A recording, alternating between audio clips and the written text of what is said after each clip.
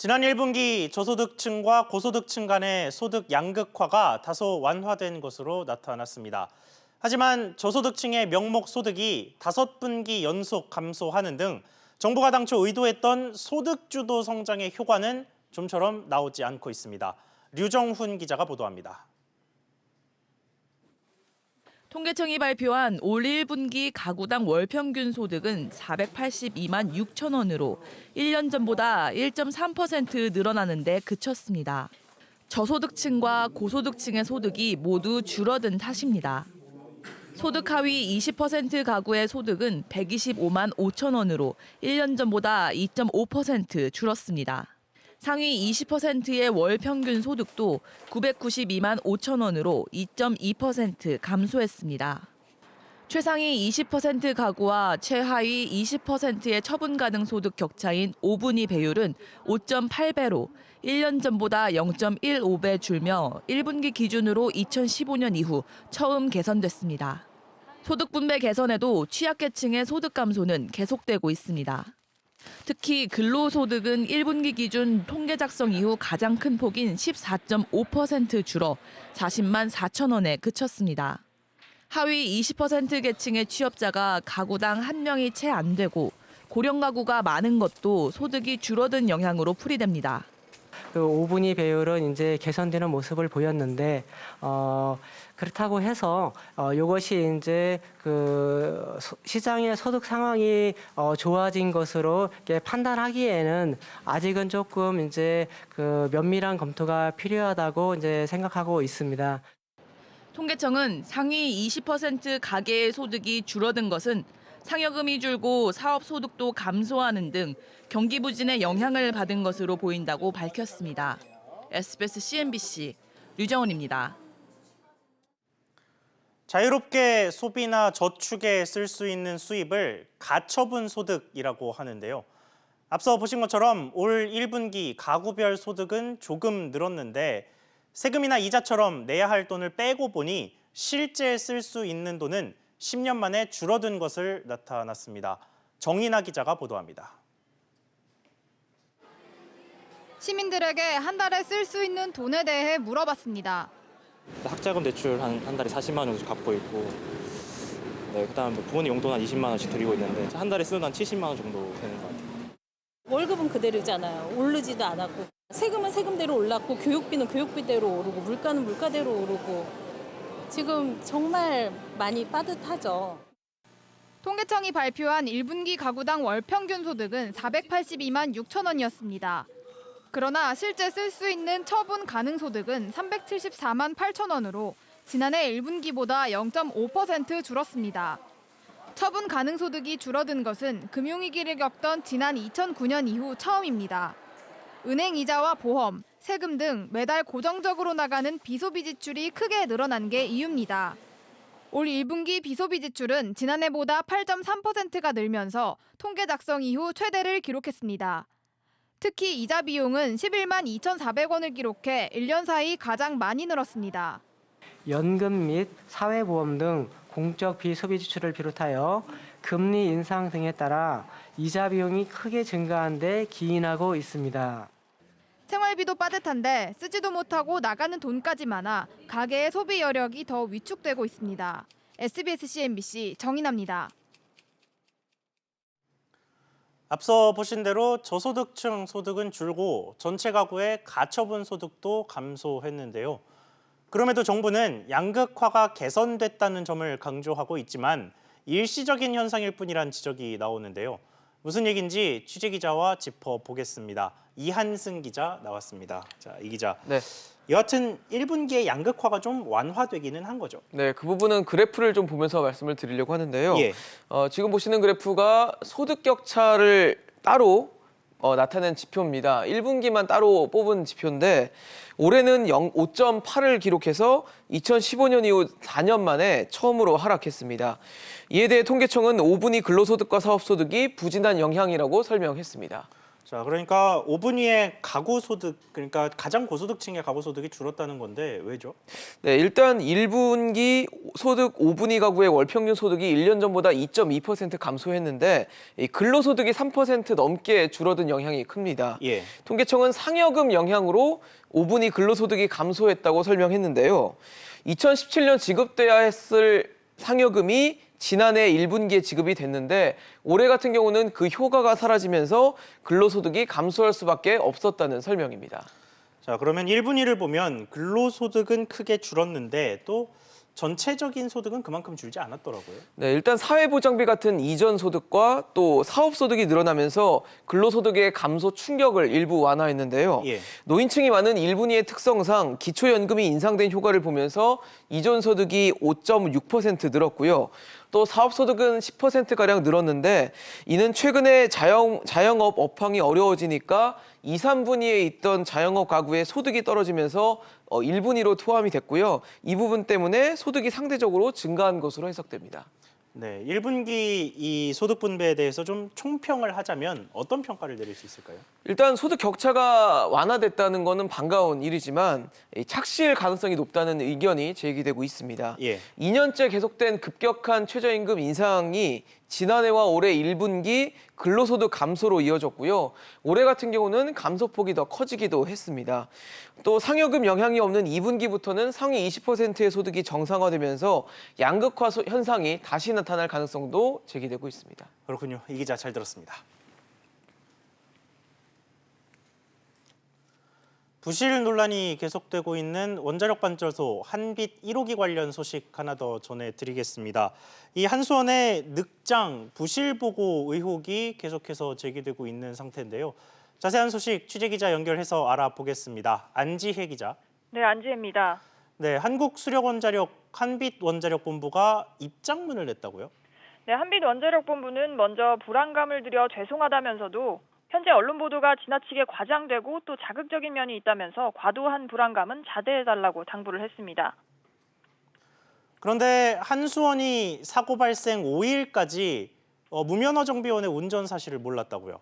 네, 한국수력원자력이 최근 몇몇 국회의원들에게 보고한 자료를 토대로 그런 의혹이 제기가 되고 있습니다. 한수원이 사건 발생 5일 후인 지난 15일에야 실제 제어봉 인출자가 실은 무면허였다는 사실을 파악했다는 겁니다. 여기에 사건의 파장 축소 의혹도 또 나오고 있다고요? 맞습니다. 민중당 김종훈 의원실에 따르면 한빛원자력본부는 수동정지 사건 하루 뒤인 지난 11일에 이 사건의 잠정 등급을 0등급으로 판단해서 원자력 안전위원회에 제출했습니다. 정상운전에 일부로 간주될 때 0등급으로 표기가 되는데요. 이에 대해서 일부 전문가들은 한수원이 사건 파장을 축소하려 했던 것이 아니냐는 지적을 내놓고 있습니다. SBS CNBC 안지혜입니다. 어제에 이어 오늘도 최종구 금융위원장과 이재용 소카 대표가 맞붙었습니다. 비아냥거릴 일 아니다, 주무부처 장관도 아니면서 라는 다소 감정 섞인 말까지 오갔습니다. 박규준 기자입니다. 포문은 최종구 금융위원장이 먼저 열었습니다. 혁신의 빛, 반대편 그늘을 함께 살피는 것이 혁신에 대한 지원 못지않게 중요한 일일 것입니다. 혁신의 승자들이 패자를 이끌고 함께 걸을 수 있게 되기를 기대합니다. 오전 핀테크 관련 행사 개막식 연설을 한 건데 하루 전 이재용 대표는 나는 달려가는데 왜 못 따라오느냐고 생각하는 것 같다. 무례하고 이기적이다고 비판한 데 이은 2차 공격입니다.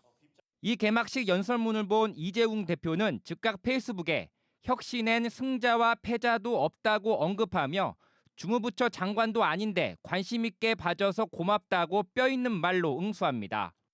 기자들이 최 위원장에게 이재용 대표에 출마하시려느냐는 발언에 대한 입장을 묻자 다소 감정 섞인 말로 불편한 심기를 내비쳤습니다.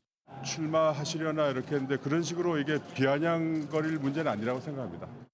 주무부처 장관도 아닌데 왜 나서느냐는 일각의 지적에 대해서도 반박합니다. 교통 문제라고 하면 직접 주무부처는 아니지만 금융위원회가 어느 부처 못지않게 이 혁신 사업에 대한 지원 일을 많이 해왔습니다. 또한 최 위원장은 혁신 사업자들도 사회적 연대를 소중히 생각하고 갈등을 최소화하려는 책임 있는 자세를 보여야 한다고 이재용 대표를 겨냥한 발언을 쏟아냈습니다. SBS CNBC 박규준입니다. 금융당국 수장 최종구, 소카 이재용 대표 오늘도 설전을 이어갔습니다. 왜 날선 공방을 계속하는지 취재기자와 이야기 나누어 보겠습니다. 자, 손석우 기자. 먼저 최 위원장이 발언한 곳이 핀테크 행사장인 걸로 아는데 네. 여기가 아수라장이 될 정도로 어수선했다고요? 네, 코리아 핀테크라는 행사였고요. 저도 현장에 있었는데 최 위원장을 취재하기 위해서 행사 전부터 많은 기자들 또 카메라들이 모여들었고요. 예. 이 때문에 행사 현장 분위기도 뭔가 좀 어수선하는 그런 분위기였습니다. 최 위원장이 사실은 기조연설이 끝나고요. 지금 화면에도 나오는데 참관 부스를 방문할 예정이었는데 보시는 것처럼 기자들의 질문 세례가 쏟아지면서 행사 진행이 한동안 마비될 정도였습니다. 네, 오늘 최 위원장의 발언도 그렇고 네. 또 이재용 소카 대표도 물러설 생각이 없어 보입니다. 그렇습니다. 최 위원장이 일단 자신의 어제 발언에 대한 취지를 설명하면서 평소에 생각했던 바였다라면서 물러설 뜻이 없음을 밝혔고요. 이재용 대표는 또 오늘도 자신의 SNS에 최 위원장 향해서 뼈있는 의견을 남겼죠. 또 이 두 사람이 설전을 벌이는 과정에서 감정적인 충돌도 발생을 하면서 논란을 더 키운 그런 모습도 있었습니다. 네, 혁신이라는 어젠다를 놓고 이 민과 관의 갈등이 드러났다. 이렇게 보는 시각이 좀 많은 것 같아요. 그렇게 해석하는 시각이 점차 많아지더라고요. 일단 두 사람의 발언 내용을 좀 살펴볼 필요가 있겠습니다. 최 위원장은 먼저 이 혁신 과정에 대해서 혁신 과정에서 발생하는 패자들을 승자들이 이끌어야 한다라고 강조를 하고 있고요. 여기에 대해서 이재용 대표는 혁신에는 또 승자 패자가 없다. 사회 전체가 승자가 되는 것이고 그 과정에서 피해자가 있을 뿐이다. 이렇게 최종구 위원장과는 생각의 차이를 드러낸 것입니다. 예. 이 두 사람의 설전, 정부와 민간의 갈등으로 관점을 확대해서 볼 수도 있습니다.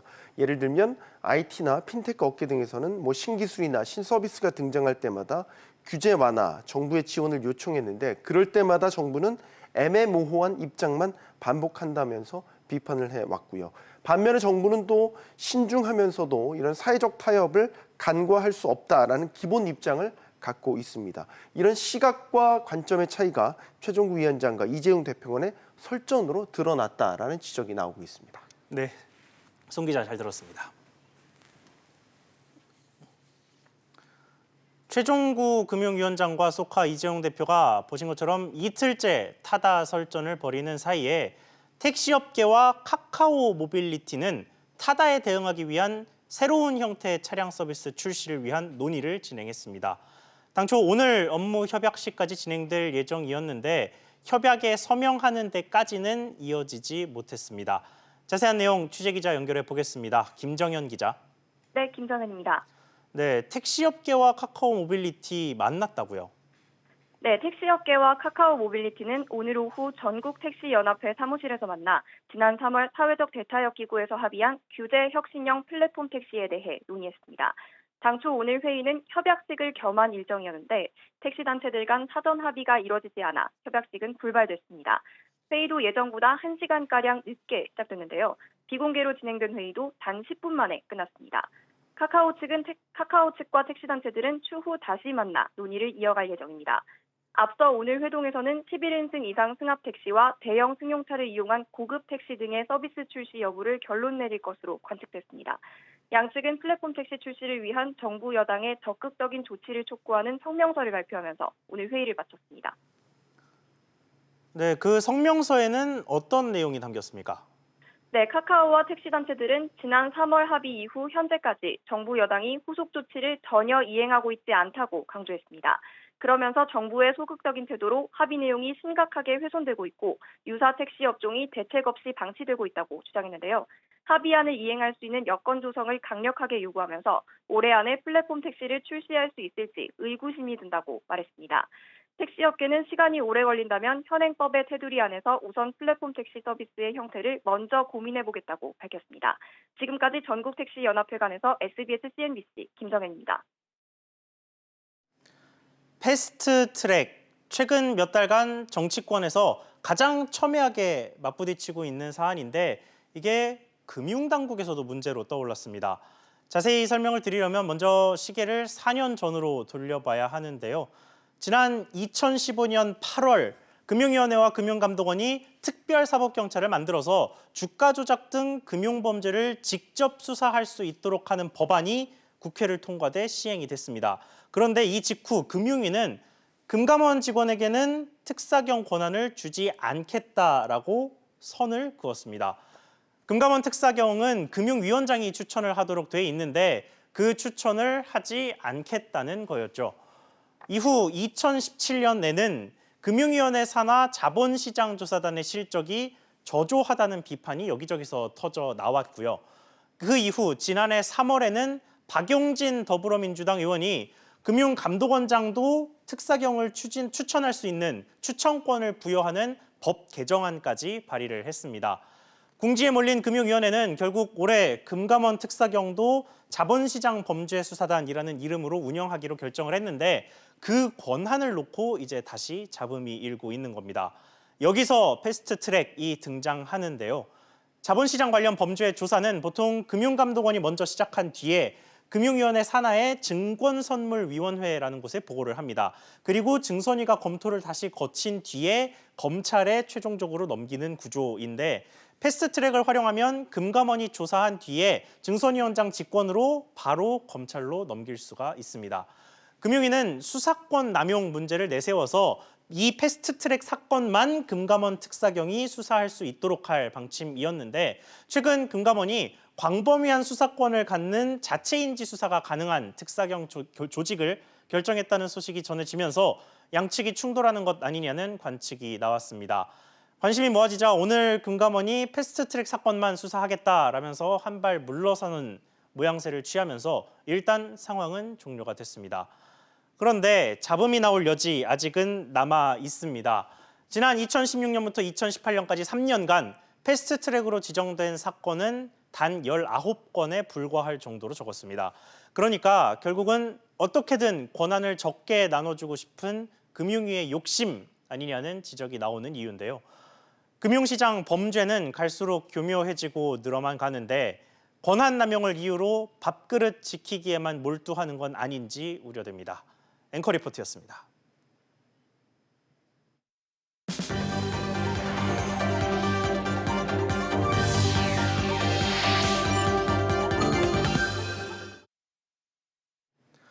이번엔 삼성 수사 상황 관련 속보 하나 전해드리겠습니다. 그동안 삼성바이오 관련 검찰 수사에 대해 침묵으로 일관하던 삼성이 입장문을 발표했습니다. 취재기자 연결해서 알아보겠습니다. 서주연 기자. 네, 서주연입니다. 네, 삼성의 입장문 어떤 내용입니까? 네, 삼성은 검증을 거치지 않은 무리한 보도를 자제해 줄 것을 간곡히 부탁한다라는 입장을 밝혔습니다. 최근 검찰의 삼성바이오로직스 수사와 관련한 일부 언론 보도에 대한 것입니다. 삼성은 추측성 보도로 인해서 관련 임직원과 회사는 물론 투자자와 고객들도 돌이킬 수 없는 큰 피해를 보고 있다라고 강조를 했습니다. 네, 삼성이 이 수사 중인 사건에 대해서 입장을 밝히는 게 굉장히 이례적인 상황처럼 보입니다. 네, 그렇습니다. 간단하지만 강한 톤으로 불만을 표출한 것으로 해석이 됩니다. 보통 검찰 등을 자극하지 않기 위해서 국민께 심려를 끼쳐 죄송하다, 수사에 성실히 임하겠다 등의 의례적인 입장을 밝히는 게 재계의 관행이기 때문입니다. 일부에서는 삼성바이오로직스 수사가 이재용 부회장의 대법원 상고심 선고에 영향을 미칠 수 있다고 보고 삼성이 강경 대응으로 선회하는 것이 아니냐는 관측도 나오고 있습니다. SBS CNBC 서주연입니다. 이달 초 마무리된 3기 신도시 선정 이후에 기존 신도시 주민들의 반발이 거세다는 소식 전해드린 바 있습니다. 이 같은 불만을 의식한 듯 오늘 열렸던 김현미 국토교통부 장관 기자간담회에서는 기존 신도시를 겨냥한 교통대책 이야기가 줄을 이뤘습니다. 어떤 대책들인지 오수영 기자가 설명해드립니다. 김현미 국토교통부 장관이 일산을 포함한 수도권 서북부 지역의 교통 인프라 보완 사업을 차질 없이 진행하겠다고 밝혔습니다.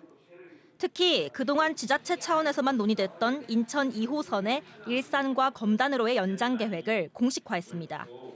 대곡 소사선을 필두로 GTX A 노선이 2023년 말에 개통되고 이어 인천 2호선, 서울 지하철 3호선이 연장이 순차적으로 완료되면 서울 문산 고속도로 개통과 함께 수도권 서북부의 도시 환경은 획기적으로 개선될 것입니다. 수도권과 서울을 가로지르는 GTX 세계 노선 사업도 속도를 내겠다고 밝혔습니다. GTX 세계 노선의 시너지 효과가 극대화되도록 올해 안에 GTX B 노선에 대한 예타 통과를 이끌어내겠습니다.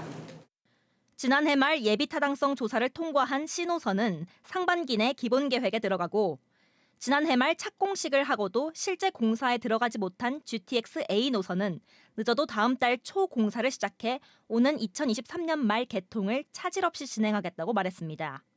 한편 부동산 정책 기조는 그대로 유지될 거란 입장을 분명히 했습니다. 어떠한 경우에도 경기 부양을 위해 주택시장의 규제를 완화하거나 투기 수요의 유입을 허용하는 일은 없을 것입니다. 김 장관은 무주택자나 실수요자에게 더 많은 기회를 주기 위한 선에서 기존 규제의 보완만 검토될 거라고 설명했습니다.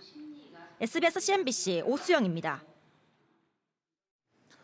올해 주력 정책으로 부당 지원 등 일감 몰아주기 규제를 천명했던 김상조 공정거래위원장이 15개 대기업 CEO들을 만난 자리에서도 다시 개혁의 고삐를 당겼습니다.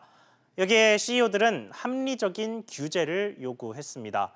오정인 기자의 보도입니다.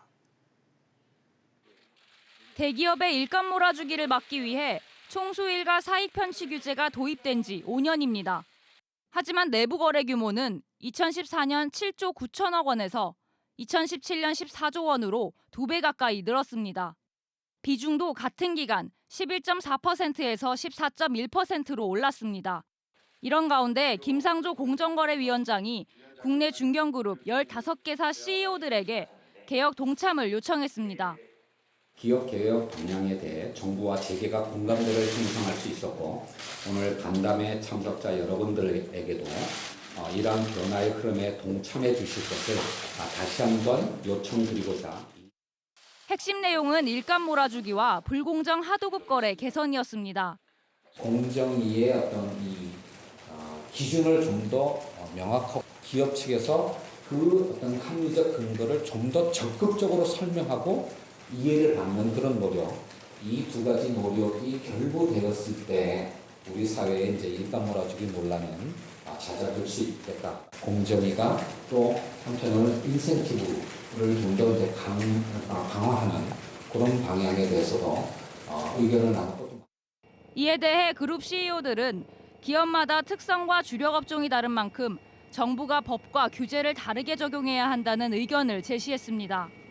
최근 논란이 된 공정위의 동일인 그룹 총수 지정 제도에 대해 김 위원장은 기업 의견을 반영해 개선하겠다고 밝혔습니다. 한편 공정위는 지난 13일부터 삼성 SDS 등 대기업 시스템 통합업체 50여 곳을 대상으로 일감 몰아주기 실태 조사에 들어갔습니다. SBS CNBC 오정인입니다.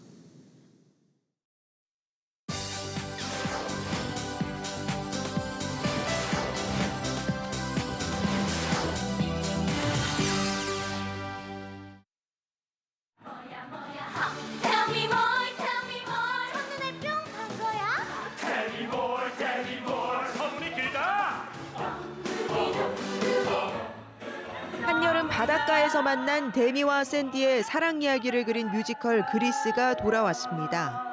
1950년대 새로운 자유를 꿈꾸는 미국 젊은 세대의 락큰롤 문화를 소재로 한 스테디셀러 작품입니다. 복고에 새로움을 입힌 뉴트로 컨셉으로 각색과 편곡, 신인 배우들 캐스팅까지 더해 진부함을 벗었습니다.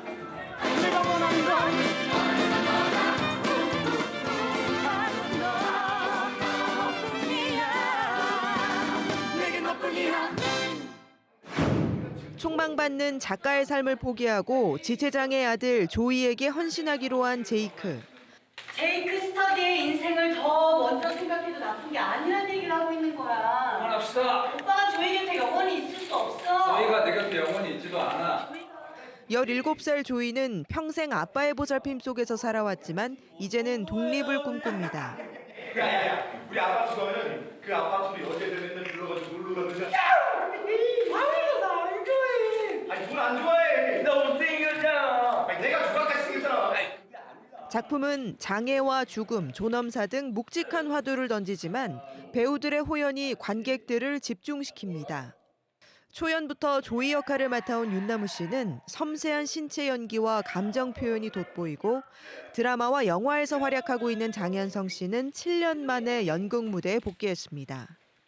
바로 지난주에 이제 그 드라마가 끝난 상태여서 촬영하고 공연 연습을 번갈아 가면서 이 공연을 올려가면서 느끼는 에너지가 제 삶에 아주 큰 어떤 자양분이 되는 것 같은 기쁨을 느끼고 있습니다. 피아니스트 백혜선 씨가 베토벤 소나타로 무대에 섭니다. 비창과 열정, 월광 등 우리 귀에 익숙한 클래식 곡들을 비롯해 리스트의 돈주왕의 회상 등 폭넓은 연주를 선보입니다. 특히 이번 공연은 세종문화회관의 문화 나눔 기획의 일환으로 모든 좌석을 단돈 1,000원에 즐길 수 있습니다. SBS CNBC 윤선영입니다.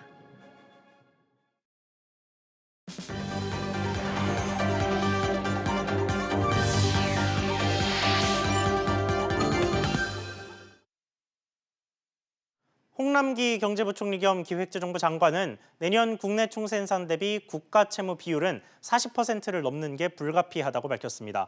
홍 부총리는 정부 세종청사에서 기자간담회를 열어 경제사정과 세수가 어렵다는 점을 감안하면 불가피한 일이라며 이렇게 말했습니다. 다음 달부터 롯데주류의 처음처럼 클라우드, 청하의 출고 가격이 오릅니다.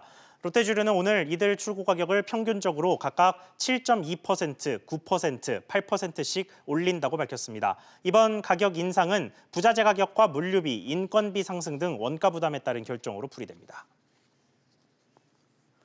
구미형 일자리를 추진하기 위한 기업 지원과 근로자 복지 혜택 등의 내용을 담은 노사민정 상생협약이 오늘 체결됐습니다. 전기차 배터리 사업을 골자로 한 구미형 일자리가 더욱 탄력을 받을 전망입니다. 포르쉐와 혼다, 볼보 등 6개 수입차 브랜드 12개 차종 4천여 대가 제작 결함으로 리콜됩니다. 이 가운데 가장 많은 포르쉐의 파나메라 차종 2,800여 대는 에어컨 송풍기 제어 장치에서 불이 날 가능성이 있는 것으로 확인됐습니다. 해당 차량은 다음 달 3일부터 무상으로 임시조치 작업을 받을 수 있고 부품 교체는 3분기부터 이뤄질 예정입니다.